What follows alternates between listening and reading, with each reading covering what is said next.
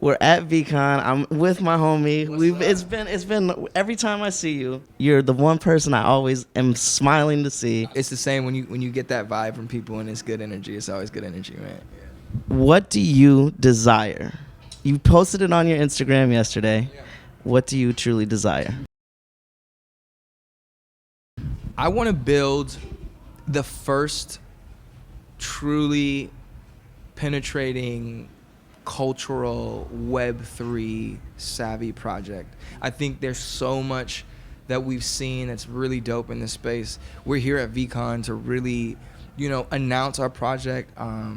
It's a project for fire starters, for outliers, for people who really want to push the boundaries and be a part of a community that, not only exists, digitally, but also does things in real life, in the real world, and does it for the culture. And so just sort of really calling out all the creators that I know, and anyone who really believes in creating things for themselves. They have a home at S1C. So, for those listening, just go to s1c.la, let us know where you're at on your email, and we'll give you the next instructions. But man, I desire to build the dopest creative collective through S1C, through my brand. Will that be fashion? Will that be shoes? Will that be... So it's everything. So this jacket is S1C. Like we're dropping things, sustainable clothing, and also using NFTs to even more minimize our waste. I think, business, as we move forward and we move towards a better way of doing things overall, I feel like sustainability should be built in, and that's what we did, and that's what's taken it's taken a lot of time and consideration to get to this point. That's why I'm super excited, man. What inspires your fashion? I grew up in LA, in the hood, where all of the gangsters, all of the cholos, and the punks kind of converged in a small place called San Pedro. Mm-hmm. And that's where my style comes from. It's definitely West Coast. I grew up in the 90s, so there's definitely touches of that. But I think edge. I mean, we love sharp edges and we love curves, and that's what I think the brand really gives. Yeah. You got invited to play with Prince. What was that like? We did a charity event for Prince. That's right, in DC actually.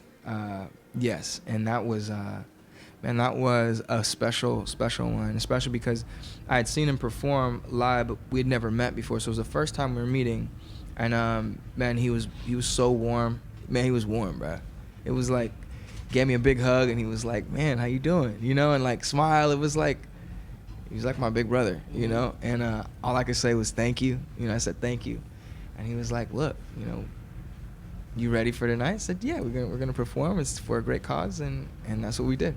Do you remember the first time you saw him? First time I saw Prince was actually it was in LA. It was at the Staples Center, and they had just opened the Staples Center. Okay. And yeah, it was for his musicology tour.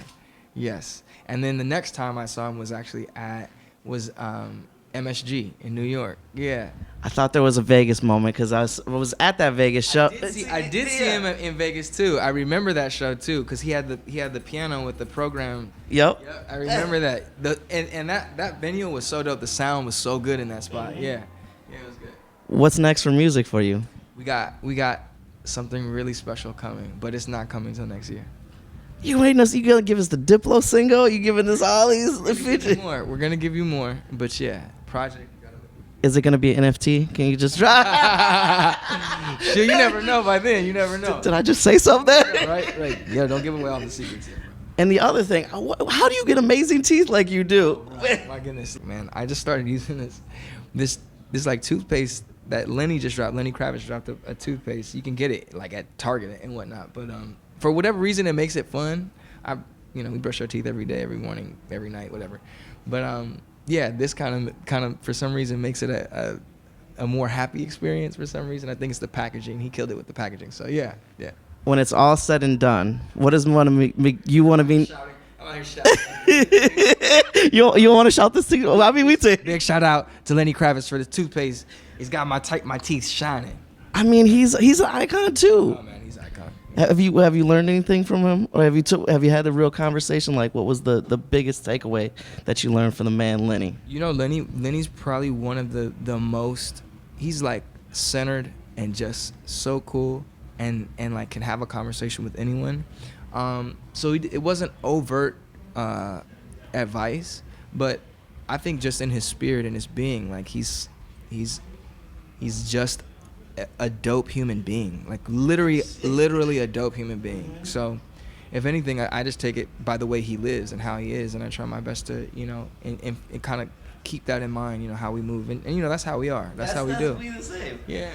At the end of the day, Miguel is known for what? What do you want to leave this planet being known for? Disruptive.